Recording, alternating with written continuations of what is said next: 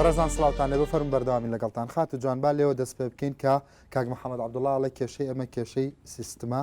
هاوکات کۆمەڵگا و بنیادی کۆمەڵاتی ئەمە بە پێچوانەی لۆجیکی جەنابتەوە کە باسیەوەکەی ئەمە لە قۆناغی انتقالیین و نوعە لە ڕۆحی تیرەگەری لە ناومانە هەیە بەعکسەوە ئێمە هەموو ئامادەگیەکمانەیە بۆ سازدانی سیستمێکی دیموکراسی بەڵام دەوڵەت و دەسەڵات ئەم کێشە و گرفتانە ئاخوڵقێنێ. یەک پێشە بوو شتێک ئەگەر ئەو باسکەین و تعمیمە زۆر لەگەڵ تعمیمە نیم لە لایەکی کەشەوانە کە ئایا بڵێن دەوڵەت ئەوە ئەخڵقێنێ دەوڵەتی زۆرجار مەشاکل بۆ خەڵک ئەخڵقێنێ خەڵکی زۆرجار مەشاکل بۆ دەوڵەت ئەخڵقێنێ ینی ئەمە حاڵەتێکی طبیعیە بەڵام لێرە کە پرسیایەکی تر بۆ وازم هەر کاک محەممەد بوو کە باسی کاریگەری ڕەسمالیەتی کرد. يعني آية كاريجري الرأسمالية يعني أجر بيت خوش بلي باسي أوي عشائرية كآية بس مع العشائري شيء كمجتمعك والله حظ كم تشي إشكالي تيجيشتنا بين مثلا عشائر وكو طعنيك باسي كي يعني عشائر وكو بنيادك كمالاتي وفورمك لجروب أو لما أنا بآياتك كالله بسم الله الرحمن الرحيم الله يا أيها الذين آمنوا إنا خلقناكم من ذكر وأنثى وجعلناكم شعوبا وقبائل لتعارفوا إن أكرمكم عند الله أتقاكم صدق الله العظيم. ليرة بسيط ترينشت آياتي قرآنية بود باسكا كمجتمع لشي دروس بو لفارايتي بدري نيزاله لتنوع دروس بو شعوبا وقبائل بو معناه وانا اتتبو هتا هرق بكو قبيله بميني تواني ليرة أو جروبان خصوصيتي خوان هي حرمتي خوان هي عادات وتقاليد كان يعني أبي احترامي لبجيره ليرة منوكو اتجاهي شخصي خملاني زور كزوانه به من بأدياني سماوي وغير سماوي وتا أين أسمانه كان وغير أسمانه كان هم يعني ليك أسان لهم احترامي هر هم يجرم هم كسكي جوابي ناكاتو ليرة من ناتوا من أمت بيركرنا وتفكيري خم تعميمكم بس همو كسيكا والله ما بيتو همو ديانا كان قبول احتمال قبولينيا احتمال اصلا هل ايماني بوجودي دينيا لا هيك شواني ليرة كمان بس عشيرتكين عشيرت ناخوش اي مواسيري كين كشتكي لصاصه نيجاتيفا حالتي نيجاتيفيتي وحالتي بوزيتيفيتي مجتمعي مدني جواني حالتي باشيتي وحالتي خراب بالتاكيد تاتي مجتمعي مدني حالتي باشيتي وحالتي خرابيتي توجهي سياسي باشا وخرابه هموش تقل حياته باشيتي وخرابيتي جبليتي مجتمع وايا تكويني مجتمع وايا جوانتي وايا ام قصانيتو اللواتي مثلا حاكم يقبل والله توج راستك اويش راستك اما بلام كوم الله سويا مشكله كوم الله سويا بدوانيه اگر كوم الله سي نويري مثلا انالايزي ئەنەلایزی کێشەکان نەکا و پەنجە نەخاتە سەر برینەکان من ئەزانم ئەمان سلکی قانونە حەق با بە خاوەن حەق و ناحەق تاوانبار بکایان بەپێی قانون ئیزراعەتی لەگەڵا بکە بەڵام بەپێی ئەم قسانی جەناب و بە سێ جاریژەم پرسیارم لێ کردیتەوە کەواتە بەرپرسیارەتی ونەکەیت وەزیری تەختیت مەسەلەن هەر ئەوەنەی لە دەزیێت سیاست پارتیوێکێتی و گۆڕان و نازانم چی و چی لە وڵاتی هەر ئەوەنیان لە دەزیێت بفعلي دي سنة قريتها وصار منطقة كاك دوشت دون تفكير هي تفكيرك هي رياليستيكا تفكيرك شيء توبية إما ناتوانين تفكير يوتوبي بس المجتمع فرسكين كلين رياليستيك يعني أو طولكي كلبر دستايا بلام بيدنالنا أبي إيتر حتى تولو قلبا ميتو خود بجونجنا خود بجورا إسألواني ملهم شوني كتيا شخص مان هي كسمة لواني كوباك مان بيرنا كينو من يجوكو كراكم بيرنا كمو كراكش من دورو جيتلكو كراكم بيرنا كاتو حالتي تغييري مجتمع تغيير لنا مجتمعات أو تغير لنا مجتمع نك تغيير قراني كومالاتي لنا مجتمع بردوامة بروسيكي بردوامة وناوسية بلام تغيري كومالاتي قراني كومالاتي وكو إنسانية بروسيك خويبة طبيعي أروع ببي مجتمعك إيمي إنساني كفلي لكن زوجار لما بشريعة لزور ولاتا أبينين يجنو سر كاريجريها لسر دروس كرنيها جانكي كومالاتي مثلا شورشي فرنسي تشيبو نخبيكي عقلي بو هات بنيادي او كومالغاي هاوطكان ابينين كاركتريكي سياسي للحظه كقرار يا مثلا بإرادي سياسي هيجانكي سياسي لهنده ولاتاني دنيا دا دروستك بس بالضبط خو او النخبه او اللي تبو كلدواي شهر خويان هاتن لناو انجمني او ساكوكو برلماني جوابو هيني فرنسا وتيان لموضوع قانوني ارهاب به بكار بير بلام او كاتبو بلام بيموانيه فرنسا شو بيش دوخي شورشي فرنسي جوانا كان فرموا حزناكم شنو مناقشه ليرة يكشتي ترهي لسر مسألة أشاعر إما كوم الله سي زوزور واقعية ليرة إما أجر باسي مسألة أشاعر يمكن شد هي إما ليرة بكاري أهانين کە بەکاری ئەهێنێ لەناو عشیرەتەکانە بەکارهێنرێ پێوترە سڵحی ئیجتیماعی. من دیفاع ناکەم لە عشیرەت و خۆشم سەر بە هیچ عشیرەتێک نیم و زۆر کەسی ژەزانێت کە باگراوندم با بڵێن عشایری نییە. شتێک هەیە من خۆم ئەم پسپۆرەم لە ئەمریکا خوێن بە ناوی ریستۆر ئۆف جەستس، یعنی ئەو عەدالەتی کە براوە تۆ وەری ئەگریتەوە. بڕۆ ئەکەی یەکێک لەو ئوسوبانی کە بەکاری ئەهێنن هەر خۆیان نیانەتوانین بەتەواوی لەفزیکان ئەیان و سوها لە خێرا دەرکەوت سڵحە کە باسییان کە باسی شعوبی ئەتیوپیانە کرد و باسی شعوبەکانی تریان ئەکرد کە ئەمڕۆ قەنەعەتان هەبێ ببێ مبالغە ئەمە لە ناو سجنەکانی ئەمریکا بەکارهێنێ، ناو سجونە فدرالیەکانی ئەمریکا بەکارهێنرێ. بۆچی بەکارهێنێ؟ نەک بە سیغە عەشایەریەکەی، بۆ سیغەیە کە و ئینسانی کە ڤیکتیمەکە زەحیەکە و ئەو دیفێندەرەکە ئەوەی کە هجومی کردووە تەڕازیکەن. بەخشا بەڵێ کاگوشار سەبارەت بۆ پرسیاری کە زانکۆ ناتوانێت پێداویستی کۆمەڵاتی دادان بدەیت بە خۆشیەوە گرفت، ینی جیاوازی فکریەکم دروست کرا لەگەڵ بەس بە کورتی لەبەری کار نامێنە بەڵام ئەگەر ئەمریکا مەسائل بە سۆڵ هەکات و شیوەهای عەشیرەتی بەکاردێنێ ئەوان قۆناغیان تێپەڕاندووە گەیشتونە باوەی کە ئینسان دەتوانێت خۆی فەلام بکەم. ئێمە هێشتا لە قۆناغێکی زۆر بداین کە کاتێک ئەڵێن عەشیرەگەری یعنی سیستەمی جەماعەت بازی، تۆ لە حکوومەت ئەبینی، تۆ لە هەموو بوارەکانی ژیانی کوردەواری سیستەمی عەشایری ئەبینی. ئەم سیستەمی عەشایریە ئێستا بەکارهێنانی ئێرە ئەو جید ئەو پەری بێنەهایەت دواکەوتەیە نابێ بێتە دەوڵەتەوە. زۆر سپاسەکەم وەڵامی ئەو وەڵامی پرسیارەکەم برادەر ئەڵێ بۆچی نامۆنە بم ڕاستەکە برادەرمان لە هیچ بوارێک بەشدار نییە ئەوەی کە من تێگەم حکوومەتی ئێمە حکوومەتێکە وتم موچەخۆری خەڵک نییە، پێویستی بە خەڵک نەماوە، دەتوانێت چی پێخۆشە بکە چون پارەی هەیە. ڕاستەکە دەبێت لە هەموو بوارەکانی ژیان مشارەکە بکرێ نایکە، دەبێت پێویستیەکانی خۆی وەکو مرۆڤ بەلام بدات نادا. ئەسلی نامۆی لە کوێرە هاتووە بڕۆینە سەر مارکس یا پێشتر لە مارکس هێگەل. نامۆبوون کاتێک ڕوئەدا کە تۆ پەیوەندیت دەگەڵ کۆمەلگای خۆت نییە، دەگەڵ ژیان نییە، یعنی ئەوەی کە هێناویانە بەردەستی تۆ خۆت دروستت نەکردووە. مەسەلەن تەلێفۆن، مەسەلەن تەلەڤیزیۆن، هەرچی توالێ بنادر خۆی نبینی بەسراوە بە ئەمریکا دەوروبەری. بەڵام زۆر کاکوشە زۆر وڵاتی دنیا هەیە ئێستا هێشتا مەسەن تورکیاش بۆ خۆی شەریکاتی دنیاە، بەس زمینیان ساز کردو لە شەرقی ئەوسەتا تەحەداکەم ئەنتیگرێتێک مەسەلەن خۆیان دروستی بکەن. هەر هەمووی ئەو وڵاتانەی ترەیان هێنێ، بەڵام لەوانەیە لە هەندێک لایەنەوە لە کۆی بژانەوەی سەکتەرەکانە لە لای ئێمە باشتر بن. مەبەستمەوەی بۆ داواکاریەکان بۆ زانست لەبیری ئەوەی بەرچاوڕوونی با بە خەڵک لە وڵاتەیە کاتێک کاتەیە گفتوگویەک زانستی بکەیتەوە پێچ و پەنای زۆرتر تێکەوە خەڵک ئێوێ باشتر بژی. تۆش باسی خەباتی کۆمەڵاتیەکەی هەموو دەرفەتێک ڕەخسا و ئەم گەنجانە لە ماڵەوە نووسبن و تااقەتیان نەبێت دەرفەت ناڕەخسێ. یەکەم مەسەڵەن برادێکی ترمان وتی توێژینەوەکان زانکۆ من لە زانکۆم ئینسانی باش لە زانکۆ هەیە، بەڵام کەس پێویستی بە زانکۆ نیە، هەموو شتێک دەهێنن. کووە ئەمڕۆ لە پارلەمانی ئێمە باس لەسەر توندتیژی خێزانی هەبوو، خودی پارلەمانتەر ئەیبوت کووە توێژینەوەیەکی زانستیمان هەیە، کەس کۆمیشنی نایکە ئەم برادەرە زانکۆە ئەم برادەرە زانکۆە. حکوومەت و وڵات و کۆمپانیەکانی ئەهلی پێویستیان بە زانست و توێژینەوەی زانستی لە ناووڵات نییە، دەچن لە دەرەوە دێنن. ئەگەر حکوومەتێک بیهەوێ و خەڵکێک بیهەوێ بگات بە کاروانی ئەم دنیاە دەبێ خۆی وەلامدەری پێویستیەکانی خۆی بێ. زانکۆکان دەبێ بتوانن بڵێن گرفت لەکوێیە توێژینەوە بکەن چارەسەر بدۆزن. ئەمە ئەگەر کەسێک نەبێ پارەی 100 کارمەندیان بدات بڕۆن توێژینەوە بکەن خۆیان نایکەن. کەواتە ڕاحی توێژینەوەکە هەیە، ئەکتیڤیتیەکە چالاکی و نەشیێتیەکە لە زانکۆیە هەیە، بەڵام ئەوەی کە بەرپرسە لە زانکۆ ئیفلیجانەکە دەتوانێت لە زانکۆ هەبێ، بەڵام چۆن پێویست نییە بژانەوە بە خۆی نابینێ. دەبێ حکوومەت بە خەڵک وا بکەن کە ئەو زانکۆیە وەلامدەری پێویستیەکانی ئێستای خەڵکی کورد بێ، نا بخوێنێ بۆ خوێندن. خوێندن بۆ خوێندن باش نییە. ئێمە لە هیچ بوارێکە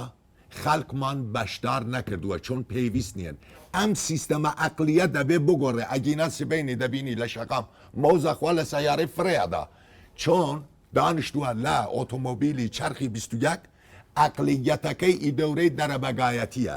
ئەمە تەناقوز دروست دەکا دژایەتی نیوان ئەو عقلیەتێک کە هەیە ئەو تەکنۆلۆژیە کە بەردەستێتی ئەمانە هەموو نامۆبوون دروست دەکا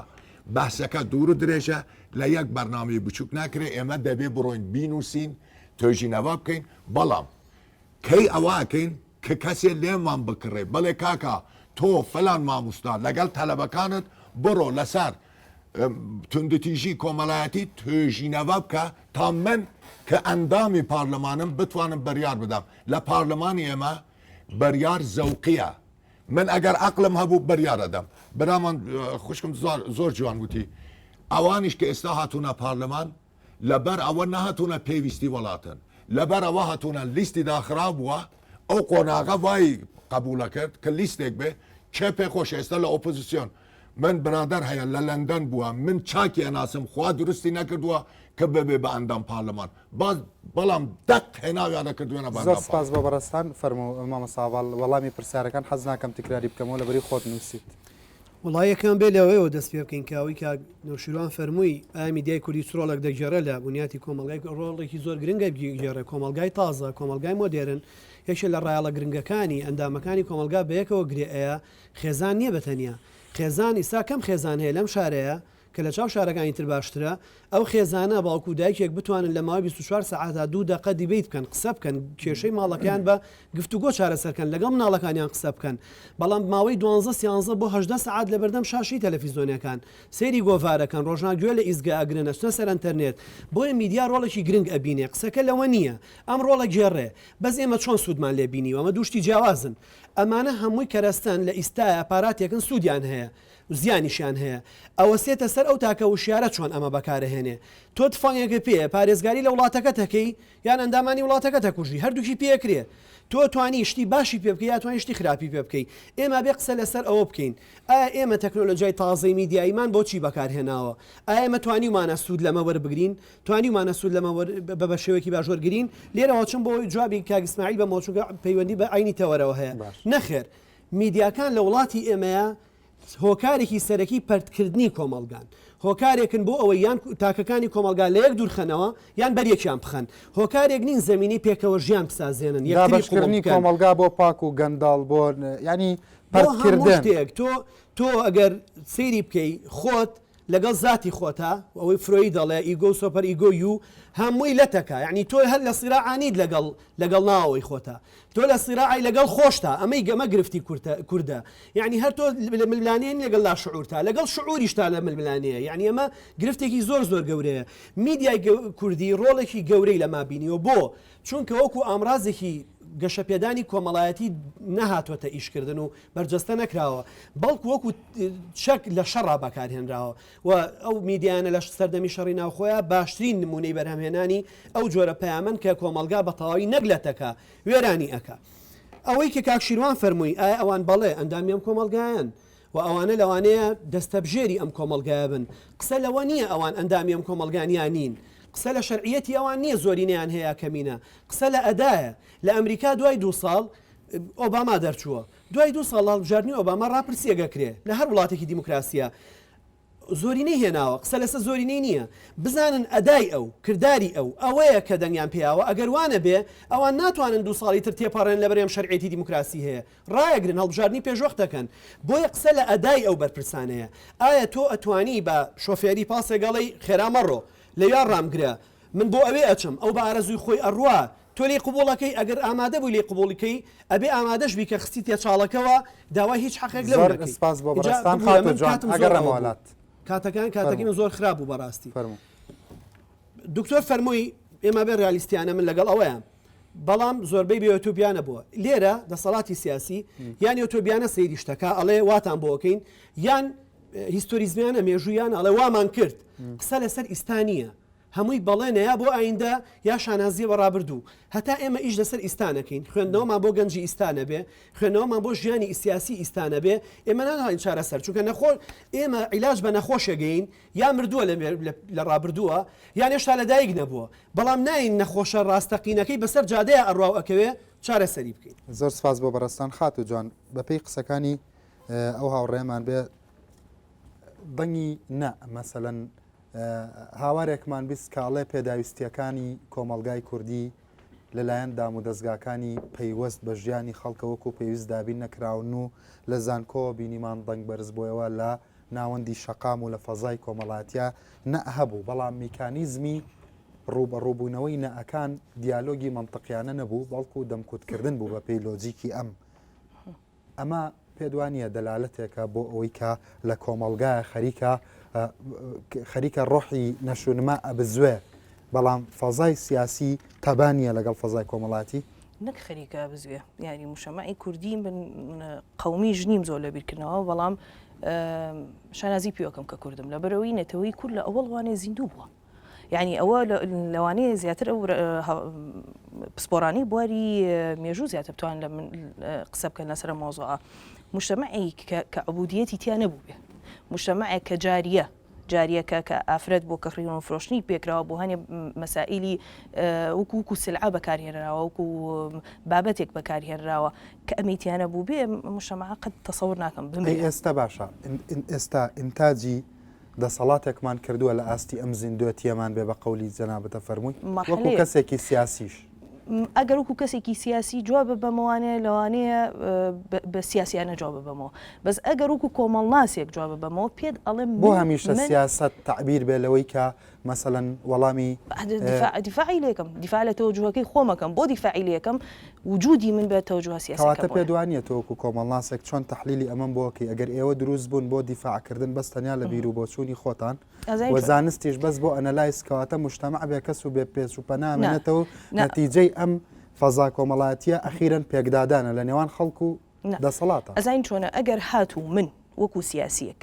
طبعا پێت ئەڵم کە وەکو ئێمە جیلێکین لەوانەیە وەکو جیلی پێش خۆمان بیر نەکەینەوە جیلی دوای ئێمەشکێت لە سیاسەتا وەکو ئێمە بیر ناکاتەوە ئەگەر من وەکو کۆن بیرم کردوانیە وەکو سیاست مەدارێکە لە شەستەکانە بیری کردوەوە تەحویلە بم بۆ جسمێکی غەریب لەناو کۆمەلگا فڕامایەتە دەرەوە تەحویلە بم بۆ جسمێکی غەریب لەناو حزبەکەی خۆمە بۆ چەند کۆنگرەیەکی تر فڕامایەتە دەرەوە ئەڵە تۆ ئەکسپایر بووی زۆر باشە وەکو سیاست مەدارێک بالێت بپرسم ئەتپرسم مەسەڵەن ئەم گەنجانە بەشێک لە خەڵکی کوردستان بەشێک لە ئۆپۆزیسیۆن ناڵم هەموو کوردستان منیش وەکو تۆ حەزم لەو تەعمیمانە نییە بەقەدەر ئەو کورسیانەی کە دەنگیان نەداوە خەڵک ناڕازیە لە ئەدای ئەم حکوومەتی هەرێمی کوردستان و ئەم دەسەڵاتی کە یەکێتی و پارتی و هاوپەیمانەکانیان بۆ ئێمەیان دروست کردووە پێدوانیە ئیتر کاتی ئەوە هاتووە دیالۆگی عەقلانی لە نێوان ئەم بەشە کە بەشێکی زیندوی کۆمەڵگان ناڵم بەشێکی تریش مردوون بەڵام بەشێکە دەنگێکی جیاواز و بۆن و ڕەنگێکی جیاوازی هەیە ئەگەر نەکەونە دیالۆگێکی عەقلانیەوە پێداویستیەکانی کۆمەلگا دابین نەکەن پێدوانیە سەرنجام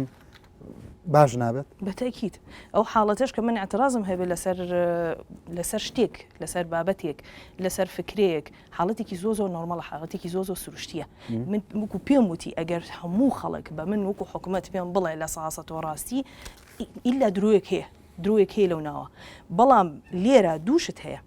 نەئەبێ دەسەڵات وا ببینیە کە ئەو تەواو لە قیمایە و پرفێکتە و قەتیش غەڵەت ناکە و ئەو خەڵکە بەدڵیت یا بەدڵی نییە و مشکلی خۆیەتی وەنە خەڵکیش ئەبێ بڵێ من چەنەها جار بیستومە ئێمە کورد نین وڵا ئێمە عەرەبێک بووینایە باشتر بوو وڵا خۆزگەم بە زمانی بەعز ئەمە خەتەرە ئەم ئەرزە هینی هیچ حزبێکی سیاسی نییە تەنانەت دەم ستۆدیۆی جەنابتان هینی هیچ حزبێکی سیاسی نییە هیچ لایەنێک نییە هینی حکوومەت نییە هینی خەڵکە یعنی ئەو ئەرزەشی کە ئەکرێ بە مڵکی من وەکو شخصێک وەکو ئینسانێکینی خۆمنی دیسانەوانی هینی هی خەڵکە زۆر سپاس بۆ تەحلیلە سیاسیەکەت فەرموو جان وەڵام من پێم وایە تۆزێک بڕۆین لەسەر ئەوەی کە بۆچی پێویستە کاری کۆمەلایەتی زۆرتر بکرێ برادەرمان بۆ ئێستا گەنجەکان ئەنێرین بۆ دەرەوە دەریایەک زانکۆمان هەیە گەنج ئەچێت دوکتورا دێنێ بەڵام باوەرم پێ بکە ئەگەر کۆمەلگایت نەبێ پێویستی بۆ دوکتورایە بێ دێت بۆ ئێرە وەکو ئێستا دەچێت لە ئێدارە دەبێ بە نازانم ئاخر بەس لەوەی جەنابی شت تێناگەم لە سەرەتای بەرنامەکەەوە کۆمەلگا بۆ پێویستی پێی نییە ینی بۆ پێویستی با تێ بگەن لە یەک پاس کەوا بوو کاکە حکوومەت دەبێ دەرامەدێکی هەبێ خەرج بکە بۆ خەڵک بتوانێ پێویستیەکانی گشتی وەکو پەروەردە وەکو تەندروستی وەکو ڕێگا و با وەکو ئەم چیانە حکوومەت دابینکە خەڵک خۆی دەست بکاتە ژیان ناکرێ هەموو شتێکی ژیان بێنی بۆ ئێرە بە خەڵکەکە بڵێ پاڵکەوە بۆ خۆت بخۆ پاڵکەوە تەنها حکوومەت دەتوانێت پێویستیەکانی گشتی بەلام بە دەبێ ئێمە بڕۆین بۆ ئەوە زانکۆکان بۆ ئەوان بتوانن لە فیزیا لە شیمیا لە هەموو بوارەکانی ژیان بە کەلک بێ خوێندنیان وان نەبێ کە ئێمە ئێستا برادەران خۆ بێنە دەنگ ئێستا پێ دەڵێن کرێکاری نازانم تورکی لێرە زۆرترە فەلانکی فڵە کۆمپانیەکانی خۆمان تەنها دەچن شت دێنن یعنی تەنیا پارەدارن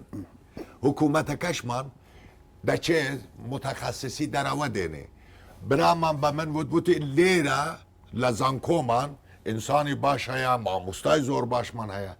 منەڵم بۆ وەگەر ناخرێ تاکەی ئێمە ڕاوەستین خەڵک بیکات ئێمە بخۆن چۆن بۆ ئەوەی کە نەوتمان هەیە من پێم وایە ئەو نەوتایش لە ئەمریکا جارێ تریش وتم ئۆباما ناتوانێت 1 لیتر نەوت دەرکا بفرۆشێ دەبێ غێری دەوڵەتی بکات باجەکەی بیدا بە دەوڵەت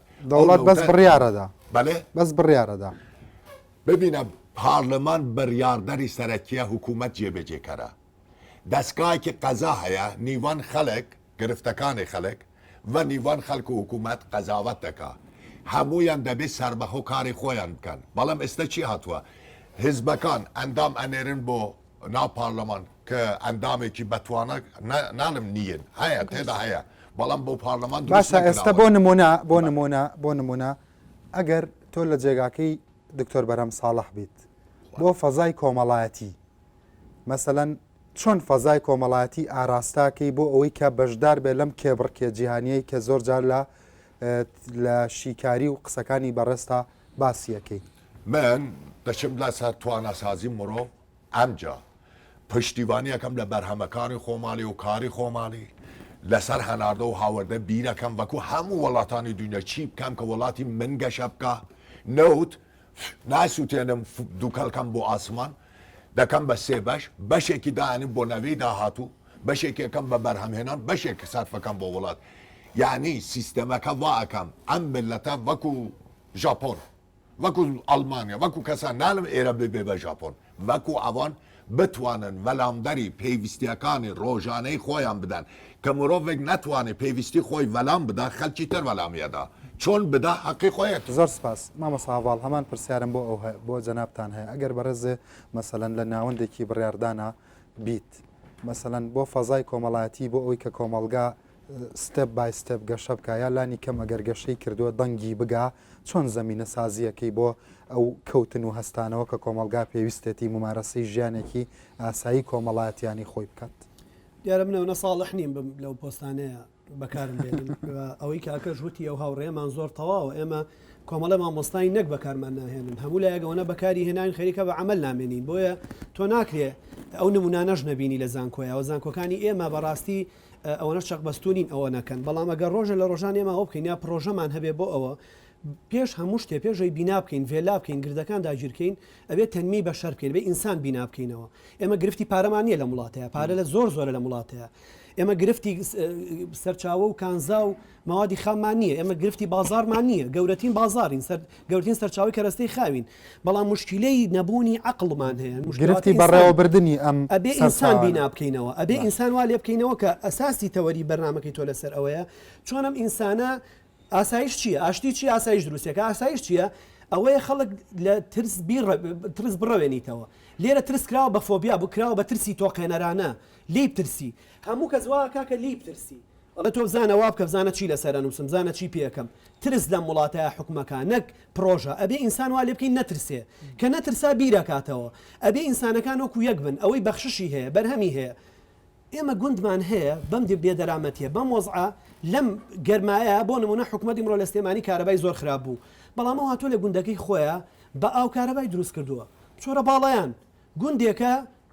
حکومەت هیچی بۆ نەکردووە بەڵام خۆیان کارەبایان دروست کردووە بەڵام ئەمانە نبینیتەوە لە میدیاکانە ئەمانە نبینیتەوە لە دام و دەستگاکانە و سوود وەرگرتن لە ئەزمموی ئەمانە نبینیتەوە دیترمان هەیە جۆگەلێکی هەیە چۆن ئەمە بکە چۆن ئەم لۆدە لەسەر حکومەت کەم کەینەوە نەگەونیتر لۆد لەسەر کارەباکانمان زیادکەین و محاولەکان پسووتیان بۆیە کەواتە لە نەتیجە لەگەڵ برادران کۆکی بەس تەنیا حکوومەت ئامراز و کەرەسەی گۆڕینی کۆمەلگانیە بەڵکو کۆمەلگا یەک وحدەیە ئەو کاتە ناتەن دروستە حکوومەت فڕێ بینە شوێنە کۆمیلت لە شوێنە بێ نەخێر ئێمە بێت تەکاملی سیاسی و اجتماعیمانە بێ ئەبێ حکوومەتیشی خۆی بکە پەرلەمانیشی خۆی بکە دەسەڵاتی دادوەریشی خۆی بکە سەرۆکایەتی هەرێمیشی خۆی بکە هاوڵاتیشی خۆی بکە زانکۆیشی خۆی بکە NGOیشی خۆی بکە حیزبەکانیشی خۆیان بکەن لێرە هەر کەس ئیشی ئەوی ترەکایان هەمانەوەکو حیزبە دەسەڵاتدارەکان ئیشی هەمویانەکەن کەس ناتوانێت ئیشی هەمومان بکەوە کەس ناتوانێت ئیشێکی تر بکە اینجا ئەمانە ئەگەر لوتفکەی ئەمانە کە ئەمە تەنمی بەشەرمان کرد بوار و یەکتر تەواوکردن دروست دەکەین من وا نازانم تۆ من لە بینە بی من وازانم تۆ ئیشی من تەواوەکەی لە هەموو دام و دەستگاکانی ئێمەیە هەر کەس وازانی ئەوی تر ئیشی لێ دڵنیایی نەک یەکتر سڕینەوە ئەبێت دڵنیایی لە وڵاتەیە بچەسپێنینەوە متمانە بەیەک بوون بەهێز بکەین و ڕێزدەوە بکەین ئێمە بێ یەکەم شت کە بیکەین بۆ ئەمە دانانە بەوەی کردومانە بە مەرجێک ئەو دانپیانانەوە کوی ماندێلا کردی دوای 28 ساڵ لە سژناتە دەرەوە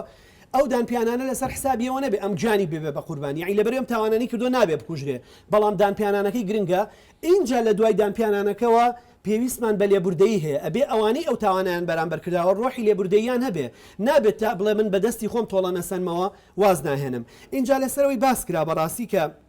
مەسەلەی عشیرەت هۆزەکان تەجەمعاتی بەشەرین باسییان کرد بەپی زانستەکەی کە ئەوان باسیەکەن ئەم تەجەمعانە لە کوردستانی ساوکو خۆیان نەماون ئێمە سەرمان لە عشرەتەکانی شتێکگاوە عشرەت هەیە لەسەر یەکتری خوێنیان ڕشتووە ئیستایەکیان ئەم هێزەیەکیان ئەو هێزەیە ئەم هێزانە عشرەتەکانیشان لەت کردووە بۆی ئەم هێزانە ئیستا هێزە سیاسیە تەقلیدیەکان عشرەتن نەگەو عشرەتە شەرەفمەندانی ئەم دەوڵەتیان بەخشیت حەزەکەم زیاتر گوێ لێ بگرم بەڵام دو قسە بۆ خات و جوانە فەرموو بە خێرایی بەڵام یەکشت لەسەر زانکۆ ئیشی تەشخیصە ئیشی دایگنۆزە بەگشتی کۆمنتت چیە لەسەر مشتەمە هاوکات هەمان پرسیاری ئەوانەکەمەوە ئەگەر لە ناوەندێکی بڕیاردانەبی چۆن زمینە سازیەکی بۆ فەزای کۆمەڵایەتی بۆ ئەوی کە کەوتن و هەستیانەوەی خۆی تیا بکە بۆی ژیانێکی طبيعي ممارسة بكار دكتور هفال جواني والتكاملية إما اتجاهي كدائما تأيدي كين اتجاهي تكاملية ليرش آية شون كتب تويت شون بيبي بريوا ليرة ما دام مسألة هرمي كردستان أوبوزيسيون دروز بو دصالات دروز بو أمانة خوان تركيبي مجتمع زائدا خلقك أبي أمسي أنا بيك وبجي وأبي قناعتي بيك بي وأبي تسامح فعلا برانبريك هبت وأبي ديالوج هبل بيني أنا ديالوج بو معناه كمن